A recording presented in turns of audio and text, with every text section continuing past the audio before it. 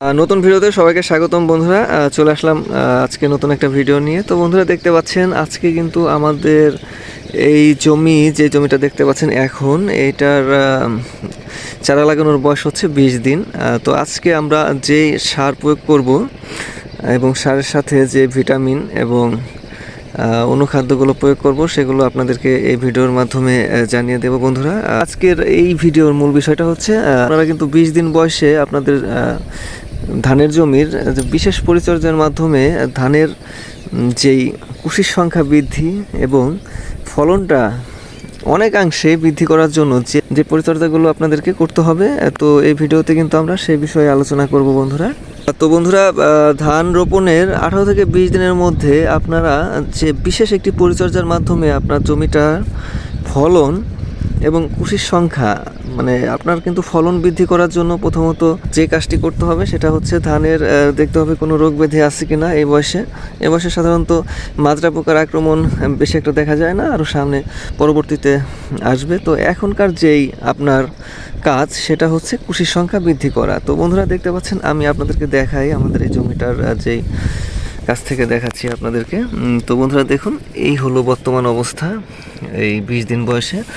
তো মোটামুটি কিন্তু দেখতে পাচ্ছেন এখানে কুশির সংখ্যা যে একেবারেই কম তা না, মোটামুটি ভালোই রয়েছে এবং এর চেয়েও কুশির সংখ্যা আরও বৃদ্ধি করার জন্য কিন্তু আমরা আজকে এই জমিটাতে যে অনুখাদ্যগুলো রয়েছে সেগুলো প্রয়োগ করব এবং আশা করি এই অনুখাদ্যগুলো প্রয়োগ করার 4 থেকে 5 দিনের মধ্যেই এই জমিটার যে কুশির সংখ্যা আরও বহুগুণে বৃদ্ধি পাবে এবং ফলনটা অধিক হারে নিশ্চিত হবে। সর্বোচ্চ আপনার কুশি বের হওয়ার সময়টা কিন্তু এখনই, এরপরে কিন্তু আর নতুন করে কুশি বের হবে না। জাস্ট 12 থেকে 25 দিন বয়সের মধ্যেই কিন্তু মোটামুটি কুশি যা বের হওয়ার হয়ে যায়। তো আপনাদের সাথে আমরা সবসময় আছি এবং আমরা কি সার প্রয়োগ করছি এবং কি অনুখাদ্যগুলো প্রয়োগ করছি সেগুলো আপনাদেরকে এই ভিডিওতে আমরা দেখিয়ে দেব বন্ধুরা। তো বন্ধুরা, আমরা 20 দিন বয়সে আজকে আমাদের এই জমিটাতে কি সার এবং অনুখাদ্যগুলো প্রয়োগ করলাম সেগুলো কিন্তু আপনাদেরকে এখন আমরা দেখাবো। তো দেখুন বন্ধুরা, আপনাদেরকে দেখায় একটি করে। তো বন্ধুরা দেখতে পাচ্ছেন জিঙ্ক সালফেট মনোহাইড্রেট, এটা কিন্তু আমরা প্রয়োগ করেছি প্রতি বিঘা জমিতে 52 শতকের জমিতে 2 কেজি হারে আমরা এখানে প্রয়োগ করেছি। এর পাশাপাশি কিন্তু আমরা, তো বন্ধুরা এই যে দেখতে পাচ্ছেন সালফার, এটা হচ্ছে 80 WDG, এটা আমরা কিন্তু প্রতি বিঘা জমিতে 2 কেজি হারে ইউরিয়ার সাথে মিশিয়ে প্রয়োগ করেছি।